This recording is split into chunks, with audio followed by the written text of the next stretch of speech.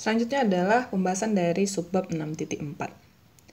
Untuk 6.4 ini kita akan melihat persamaan diferensial yang melibatkan discontinued forcing function. Oke, jadi kita mau menyelesaikan non-homogen, persamaan diferensial non-homogen yang juga di dalamnya akan melibatkan yang namanya forcing function. Oke, forcing function ini sendiri adalah bentuk yang ini ya, udah ada si step functionnya gitu ya, bisa mungkin berupa pengurangan dari step function yang satu dengan step function yang lain. Nah, pengurangannya itu tadi yang disebut di GT gitu ya, yang menyebabkan persamaan diferensial kita ini tadi menjadi persamaan diferensial yang non-homogen. Oke. Nah, jadi ini memanggil kembali, merecall memori untuk non-homogen diberikan sebagai berikut ya. Ada AY turunan kedua. A turunan kedua Y, terus ditambah B turunan pertama Y, ditambah C sama dengan GT, dan ada nilai awal Y 0-nya sama dengan Y indeks 0, dan Y aksen 0 sama dengan Y indeks 0 aksen gitu ya. Y aksen indeks 0. Nah, jadi kita mau lihat bentuk seperti ini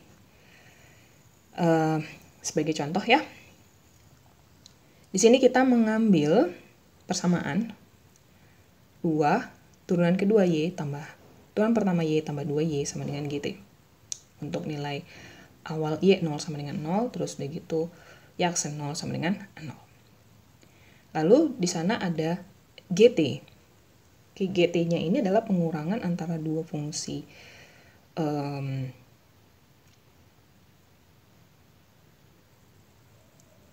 unit function, yaitu ada U5T dikurang dengan U20T. Nah, pengurangannya ini gitu kan, hasilnya itu ada 2. Hasilnya akan berupa 1, hasilnya menjadi 2 kasus gitu ya. Hasilnya akan sama dengan 1 apabila nilai T berada di antara 5 kecil dari sama dengan T kecil dari 20. Dan akan bernilai 0 apabila 0 kecil dari sama dengan T kecil dari 5 dan T lebih dari sama dengan 20. Nah, yang seperti ini merupakan bentuk dari ataupun model dari damped oscillator subject terhadap GT. Ataupun ya ini adalah current ataupun aliran listrik ya di dalam suatu sirkuit untuk suatu unit voltage. Nah, dimodelkan boleh seperti ini tadi. Gitu ya. Nah, jadi kalau misalnya digambarkan dia kayak gini ilustrasinya. Sekarang kita mau selesaikan persoalan itu tadi. Jadi seperti di dalam 6.2 koroleri 622 gitu ya. Bahwa bentuk itu tadi kita boleh buat dalam transformasi Laplace-nya, yaitu 2 dikali dengan Laplace transform turunan kedua Y ditambah L dikali Laplace transform dari Y aksen ditambah 2 dikali Laplace transform dari Y sama dengan Laplace transform dari U5T dikurang Laplace transform dari U20T. Oke. Jadi, kalau dirapiin bentuknya, itu bisa ke baris selanjutnya di bawahnya ini saya punya ada 2S pangkat 2 Laplace transform Y dikurang 2S Y0 dikurang 2Y aksen 0 ditambah S LY dikurang Y0 tambah 2 LY. Datangnya dari mana? Datangnya tentu saja ininya ya, si Y turunan kedua dari Y itu kan diubah ke dalam S kuadrat LY dikurang 2S Y0 dikurang 2Y aksen 0. Turunan kedua dari LY ini, Laplace transform dari turunan kedua Y itu adalah LY kurang SY0 kurang Y aksen 0. Nah, Laplace transform untuk di sini dulu. Laplace transform untuk turunan pertama Y adalah SLY dikurang Y0. Lalu Laplace transform untuk LY ya masih ngikutin bentuk yang sebelumnya ya, jadi dikali dengan 2 LY. Makanya di langkah selanjutnya kita dapat seperti ini hasilnya. Terus untuk yang ini, yang step function, ini sudah dilihat tadi di 6.3, ini hasilnya Laplace transformnya sama dengan E pangkat negatif 5S dikurang E pangkat negatif 20S dibagi S. Oke. Sekarang kita misalkan YS sama dengan LY. Misalkan ES sama dengan LY, sehingga didapat 2S pangkat 2 ditambah S tambah 2 kali YS dikurang 2S plus 1 Y0 dikurang 2 dikali Y aksen 0, kan gitu ya. Jadi ceritanya yang ada LY di atas tadi kita ubah dengan YS, kemudian semua yang dikali dengan si YS kita bikin jadi satu kesatuan gitu. Sini kan ada 2S kuadrat, terus ada S. Ya kan? Terus ada ini 2. Jadi dijumlahin di dalam satu kurung yang sama 2S pangkat 2 tambah S tambah 2 kali sama YS. Terus untuk yang Y0 yang sama-sama pengalinya Y0 ada ini kan ada 2 minus 2S. Terus ada ini minus Y yang bisa dituliskan kembali sebagai negatif dari 2S plus 1 kan gitu. Kalau misalnya dikali ke dalam tanda negatifnya jadi kan jadi negatif juga gitu. Next, untuk yang ini Y aksen 0 ternyata pengalinya itu adalah negatif 2. Makanya di atas bentuknya ini dirapikan kembali sebagai berikut. Oke, ruas kanan masih sama ya. Dan mensubstitusikan kondisi inisialnya ini tadi di sini kan sudah diberikan. Untuk Y0 dapat 0 ya. Jadi ganti nilai Y0 jadi 0, otomatis ini jadi iya. Karena kan dikali 0, habislah dia. Kemudian ini juga sama, ini jadi dikali 0 sama dengan 0 dia, sehingga yang tersisa adalah 2S pangkat 2 tambah S tambah 2 YS sama dengan E pangkat negatif 5S dikurang E pangkat negatif 20S per S. Atau YS-nya adalah ini E pangkat negatif 5S dikurang E pangkat negatif 20S dibagi S dikali 2S pangkat 2 tambah S tambah 2. Nah ini YS-nya. Oke, lanjut kalau gitu. Kita memfaktorkan si YS-nya. Nah, cara memfaktorkannya adalah sebagai berikut. YS ini dituliskan kembali sebagai E pangkat negatif 5S dikurang E pangkat negatif 20S dikali HS. Atau dengan kata lain, HS-nya itu adalah ini ya, 1 per S dikali 2S pangkat 2 ditambah S tambah 2. Oke, HS-nya ini, jadi kalau begitu, kita memisalkan HT-nya itu adalah inverse Laplace dari si HS. Oke, inverse Laplace dari si HS. Sehingga, karena tadi kita melibatkan si unit function gitu kan ya. Jadi, kita sekarang punya Y sama dengan Pi. T ini sama dengan U5T dikali HT dikurang 5, kurang U20T kali HT dikurang 20. Ini diambil dari si fungsi bagian yang non homogennya tadi ya, dari si G-nya itu tadi kan, GT-nya. Nah, kalau begitu, udah kita misalkan, kita lanjut ke langkah berikutnya. HS-nya ini sendiri diselesaikan dengan menggunakan yang namanya partial fraction ya. Partial fraction, pecahan parsial, konsep dari pecahan parsial. Kalian harus ingat kalau misalnya kamu punya faktor di bawahnya itu S dikali 2S kuadrat tambah S plus 2, itu berarti pembilangnya ini bisa dipisahkan menjadi A dan juga BS tambah C. Jadi dituliskan kembali sebagai berikut gitu kan. Ada A per S tambah BS plus C dibagi 2S kuadrat tambah S plus 2. Tugas kita adalah menentukan nilai A, menentukan nilai B, dan menentukan nilai C. Supaya kita bisa pecahkan siapa itu HS-nya. Nah, kok gitu, ingat ya ini kan caranya harus disamakan kan penyebutnya kan. Jadi kalau misalnya ini dikerjain dia jadinya kayak gini. A kali 2S kuadrat tambah S plus 2. Oke. Terus ini ditambah kan gitu kan ya. BS plus C kali sama sih S-nya kan, supaya penyebutnya sama-sama di S kali 2S kuadrat plus S plus 2. Nah, supaya sama penyebutnya. Ini kalau dikalikan, kita dapat apa nih? A kali S kuadrat jadi, A dikali 2S kuadrat, 2AS kuadrat. Kan gitu kan? 2AS kuadrat. Terus kalau misalnya yang sama-sama S-nya ada A kali S, AS. Terus ada BS, berarti, sorry. Yang S kuadratnya dulu. Tadi ada A kali 2S kuadrat, 2AS kuadrat. Ini juga kan harusnya jadi BS kuadrat kan? Maksud saya gini, yang ada S kuadratnya saya mau tulis dalam satu kurung. Jadi saya punya A, 2A, 2 ya, tadi kan ada 2, ditambah B. Nah, terus dikali dengan si S kuadrat. Next, yang ada S-nya saya mau satuin lagi dalam satu kurung. Jadi, A dikali S, AS, gitu kan? Terus udah gitu, ini nih, C dikali S, CS. Berarti saya bisa menjumlahkan A dan C, kemudian dikalikan dengan S. Next,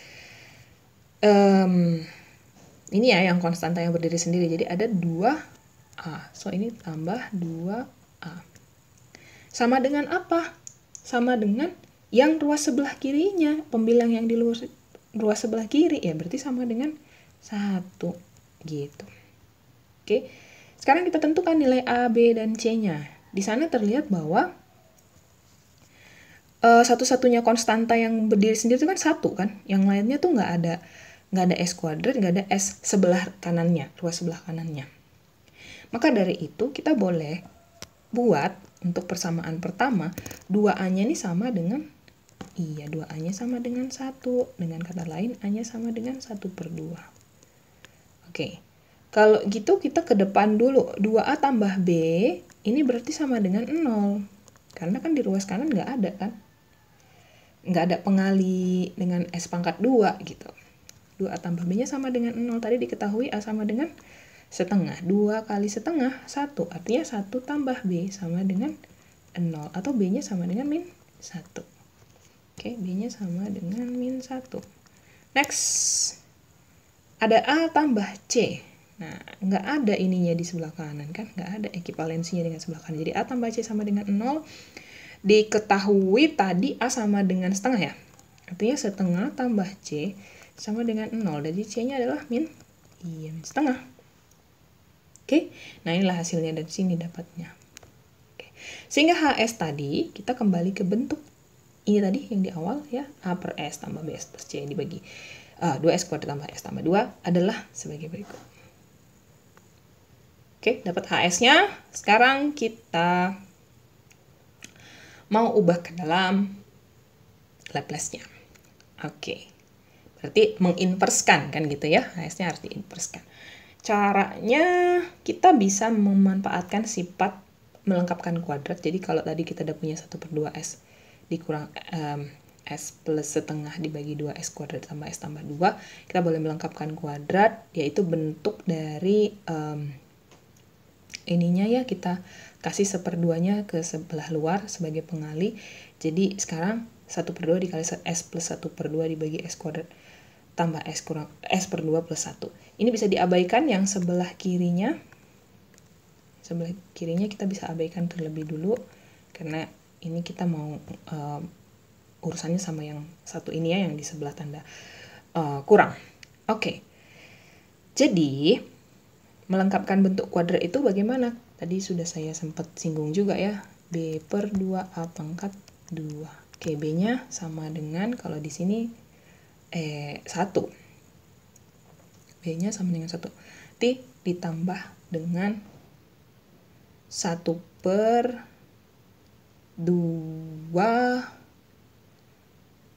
1/2 pangkat 2 1/4 dong ya. 1/2.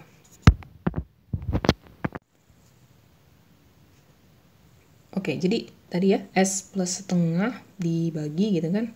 S tambah 1/4 pangkat 2 gitu ya, untuk melengkapkan bentuk kuadratnya supaya seimbang dengan yang tadi. Ini kan plus 1.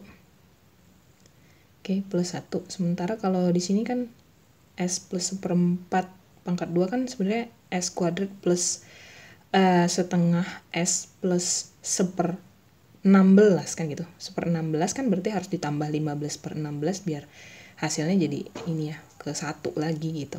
Makanya di langkah selanjutnya ini kita punya ada S plus 1/4 pangkat 2 tambah 15/16. Nah, terus udah gitu supaya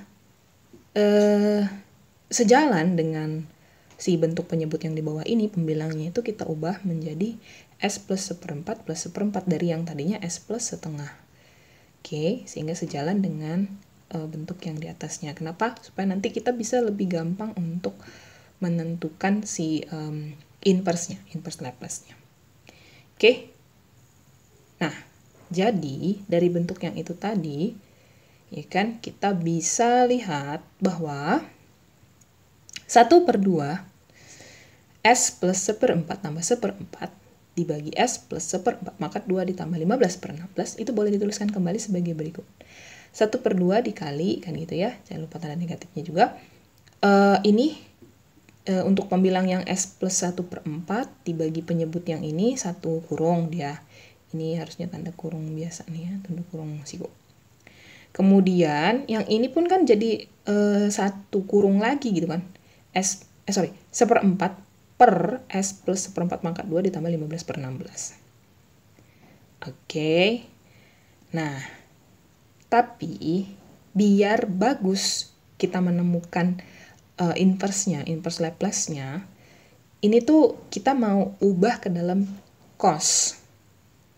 Oke, kita mau ubah ke dalam suatu cos AT dan juga sin AT. Tapi supaya bentuknya memenuhi inverse si Laplace transform yang ada cos AT dan sin AT-nya, untuk yang ini udah oke lah ya pembilangnya. Nah, sekarang untuk yang ini, pembilangnya bagaimana ini caranya? Nah, jadi nanti kita mau pakai bentuk yang melibatkan sin di sana. Yang kalau misalnya L dari suatu sin AT, ya, L dari suatu sin AT ini sama dengan, kan gitu kan ya, A dibagi S kuadrat ditambah A kuadrat. Artinya apa? Kalau 15/16 sebagai A kuadrat kita bikin, berarti A-nya haruslah akar dari 15/16, yang sama dengan akar dari 15/4. Gitu ya. Sekali lagi, kita ambil nilai A kuadratnya adalah 15/16, yang berarti A-nya adalah akar dari 15/16 yang menghasilkan nilai akar dari 15/4. Oke, ini kita nggak ada masalah, kita tinggal modifikasi aja di pengalinya ini, berarti dibagi dengan akar 15 supaya ekivalen gitu. Dibagi dengan akar 15 supaya dia ekivalen. Nah, jadi yang di atas tadi kita tuliskan ya sebagai dua bentuk yang terpisah antara S plus 1/4 dibagi S plus 1/4 pangkat 2 plus 15/16 dengan 1/2 akar 15 dikali dengan akar 15/4 dibagi S plus 1/4 pangkat 2 tambah 15/16. Nah, jadi, dan demikian kita bisa cari L inverse-nya. L inverse dari HS-nya yaitu untuk 1/2S dia jadi 1/2. Untuk yang satu ini dia jadi 1/2 E pangkat negatif T/4 cos akar dari 15/4T. Dan untuk yang terakhir ini dia menjadinya 1/2 akar 15 E pangkat negatif T/4 sinus akar dari 15/4T. Oke, nah itu tujuannya ya. Nah, dapat nih HT-nya. HT-nya udah dapat. Kalau hanya sampai ditanya HT, ini sebetulnya sudah selesai. Oke. Nah, cuman ada sedikit lagi analisis tambahan di sana. Kalau di sini kan tadi kita udah punya PT-nya itu sama dengan U5THT dikurang 5 kurang U20THT kurang 20, kan gitu ya. Nah, jadi kalau begitu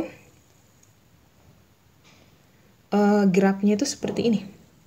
Oke, grafnya ini digambar boleh pakai Maple, boleh pakai MATLAB, sama aja nanti hasil seperti ini. Nah, terus kita coba meninjau dari segi nilai awalnya ya. segi nilai awalnya. Jadi untuk interval 0 kecil sama dengan T kecil dari 5, ini kita gunakan di sana nilai Y1, jadi ini digunakan pada fungsi 2Y. Turunan kedua dari Y1 ditambah turunan pertama dari Y1 ditambah 2Y1 sama dengan 0. Ini nilai dari nilai awalnya. Baru dilanjutkan dengan interval antara 5 dengan 20. Ya kan, di sana Y-nya adalah Y2. Sehingga Y25-nya ini sama dengan 0 dan turunan kedua dari Y25 sama dengan 0. Terus yang terakhir adalah yang untuk T lebih dari 20. Di sini kita melibatkan Y3 kan ya. Jadi Y3 20-nya sama dengan Y2 20 dan Y3 aksen 20 sama dengan Y2 20. Oke, gitu dia. Kita lihat satu persatu. Untuk yang Y1 terlebih dulu. Oke, boleh dilihat di sana grafiknya seperti ini ya. Saya nggak jelasin panjang-panjang, cuman perlu tahu di sana. Oke, dan sistem ini diawali dengan rest terlebih dulu gitu kan, dikarenakan tidak ada yang namanya external forcing. Nah, ini dia. Sekarang kita lanjut dengan second IPP-nya. Second IPP-nya dalam hal ini yang melibatkan bentuk Y2. Jadi kalau tadi kan Y10 sama dengan 0, ya aksen 10 sama dengan 0. Oke, tapi kalau yang bentuk keduanya, gitu kan ya. Di sana kita punya Y2 5 sama dengan 0 dan Y2 aksen 5 sama dengan 0. Oke, jadi gambarnya seperti demikian lah kira-kira. Oke, next. Ini adalah nilai awal yang ketiga yang melibatkan bentuk Y3. Di sana Y3-nya sama dengan Y3 20 sama dengan Y2 20. Y3 aksen 20 sama dengan Y2 20. Oke. Nah, ini penyelesaian untuk masing-masing solusi nilai awal yang Y1, Y2 dan Y3 gitu kan ya. Kalau untuk yang selanjutnya ini adalah solution of smoothness dan kayaknya ini saya lanjutkan di sesi selanjutnya. Jadi untuk 6.4 ada 2 bagian ya, yang hari ini cukup sampai yang bagian pertama aja. Demikian hari ini materi kita. Atas perhatiannya saya ucapkan terima kasih.